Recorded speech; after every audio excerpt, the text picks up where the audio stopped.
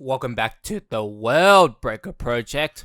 If you hear my PC, I apologize because I am trying to get out the latest episode. Today we are tackling 2.2. So part 2.2, let's just start it. So the fight starts with Alwa instantly using dark magic to create a heavier gravitational force, forcing them to fight closer. August placed Liberox into the ground, instantly creating a field that negates his effects. It starts to pulse consistently, pulse constant healing and body enhances. It pulses like Life Weaver from Overwatch 2 Ultimate. Might as well just show what it is. I don't think I have a video of it. Like, Ultimate. You won't hear any sounds at all. I think. Shut up, Hungry Jacks.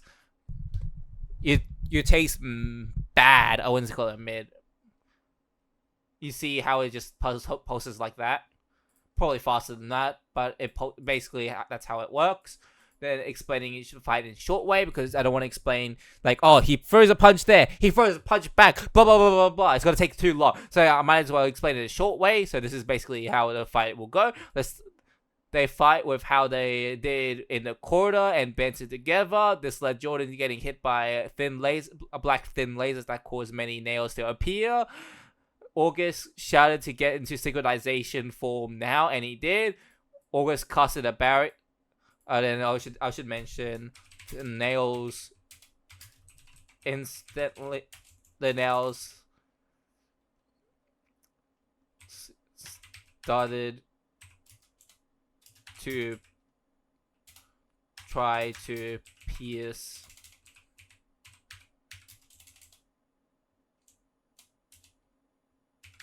I can't even spell pierce. Try to pierce, but got destroyed due to the form. Due to the I'll say form.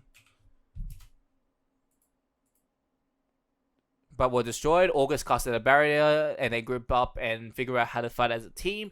They got a plan and started to sync together. August cast support magic while preventing his dad's curse getting applied on his team. And Jordan, his team, I think that one I had something, but I got rid of it. And Celosia forcing Alwa to have less footing. Celosia is hitting her limits and starting to bleed from her mouth while her face gets gets white. I would say more white. She's getting more pale. While Jordan is struggling with his form, Harmony kept pushing.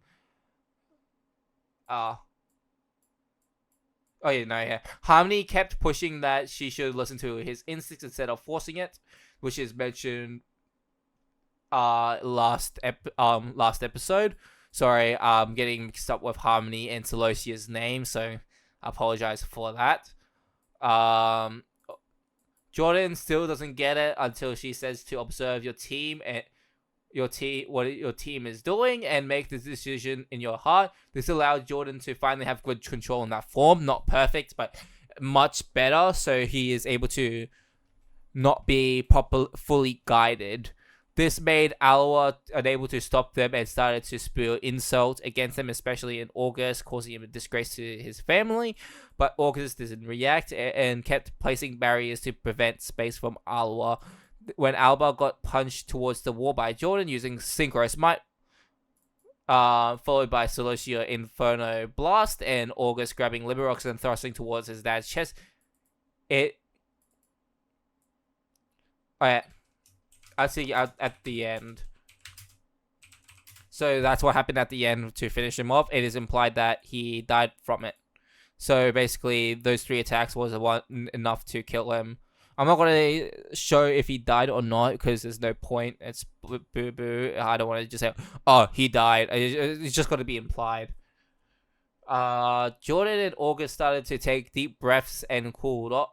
off. They felt happy that they were able to work as a team and win. Before they get to properly celebrate, Celosia collapsed due to the lack of mana in her body. She's in critical condition. August noticed that she had overexerted herself in each fight, only using supreme level of magic.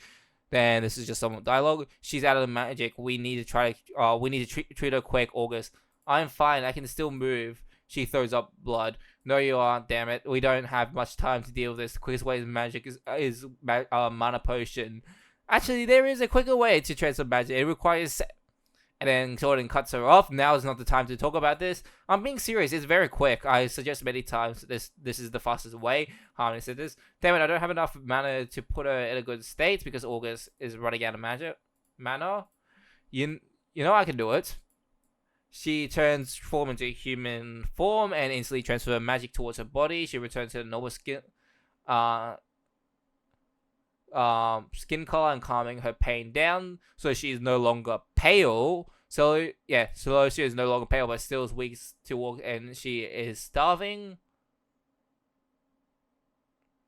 So basically, she's not really fully knocked out, but she cannot really. She's definitely not in good condition. Magic can do many things, but food replacement it is not. Harmony can sense their inner needs and tell them to go raid the kitchen since they need energy to fight. August, Princess holds Celosia and use body enhance. Princess held. Okay, fine. Basically, Princess held. You guys don't know what it is. Princess hold. Is it Princess Carrie? It's Princess Carrie. So August Princess Carrie Celosia and use body enhancer magic to make it easier to run. Harmony looks slightly jealous while looking at Jordan, hinting romance to come. Jordan tells her to turn back to Grimoire so they can get quickly get into the kitchen. Side quests, raid the kitchen. They start running, and this time they try to avoid order cards. They use invisibility magic when necessary and try to avoid getting caught. Harmony scans to find the nearest kitchen, which is close by from the armory. They stop in front of the mess hall and slowly open the door to look it up. It is about 3 p.m. There's barely any guards in there. Harmony went in silently, took the guards down. They ran towards the kitchen and found that there are many ingredients around, but due to time, they have no time to cook. Luckily, they found some pre-made meals in their large fridge, and they grabbed it to heat and eat. When the meal is cooked, Celosia wakes up extremely exhausted from the ground, with Harmony landing her lap for her to sleep on. So this is just mostly just saying, okay, what are they going to do now? And then the last two information is going to be more of the backstory part, which I might slow down a little bit because these are just very easy to understand. So they win the fights. They start the fight. They struggled. They finally work as a team. They beat it. Celosia is in bad condition. They give her mana, but they're very hungry and they need food. So they raid the kitchen. They go to the kitchen. They make the food, and then they eat the food. That's basically how I can explain the whole thing. Then we get this on. August gave her food, standing by the kitchen counter with all 4 of them starting to eat. Fess up. What's the deal? With how you fight? You overexert yourself with constant barrages of high-level magic. She tries to hide the problem, but August saw right through her. She knew something is causing her that way, and why her body is almost anorexic. After a little push, she finally told them the truth.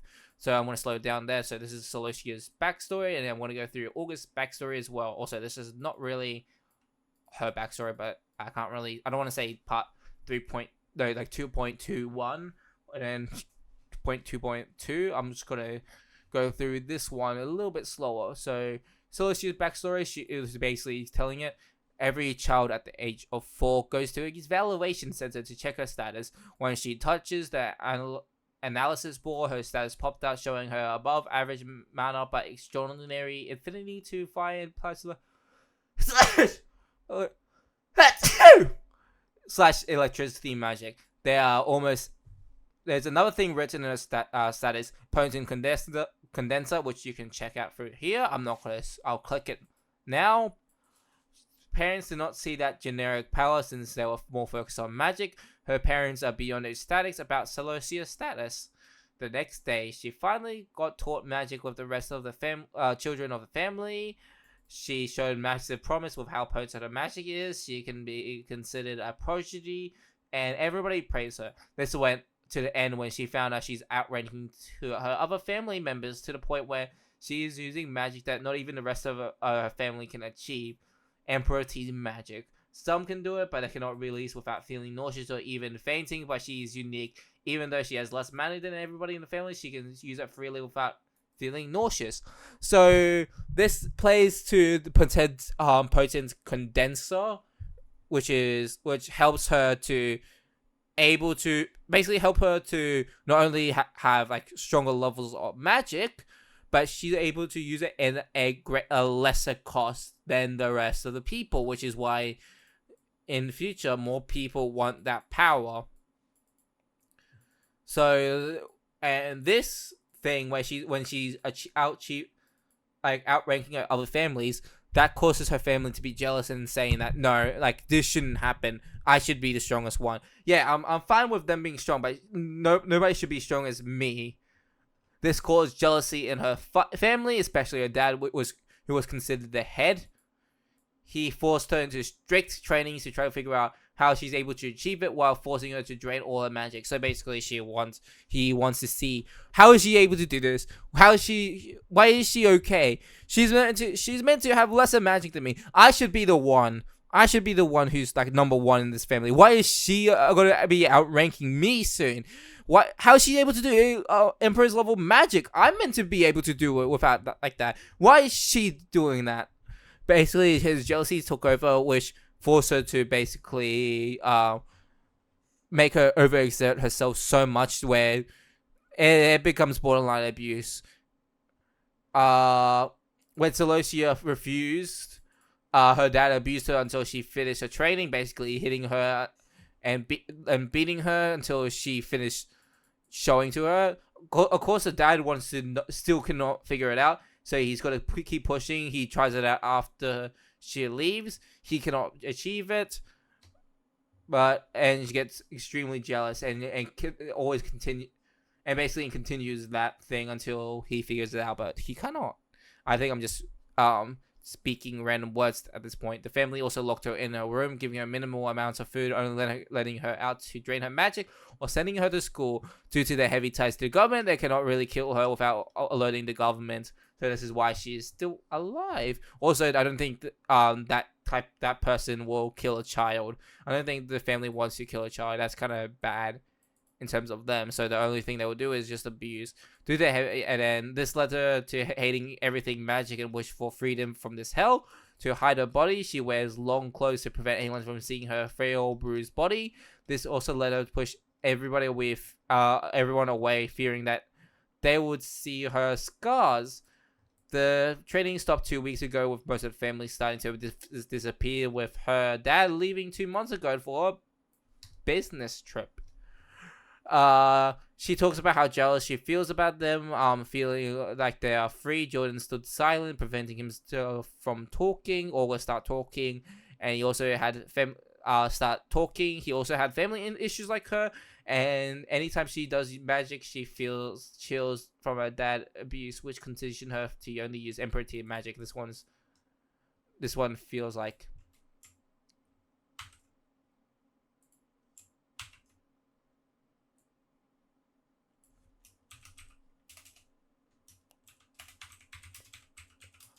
So this now.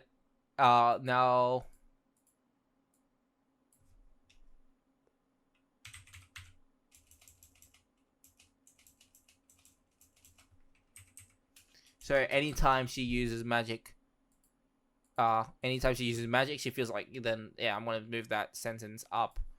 That's basically the whole story. She gets abused so much because of what she can achieve, to the point where now she hates magic, but she still has to use it to try to live up to her family expectations, blah, blah, blah, blah.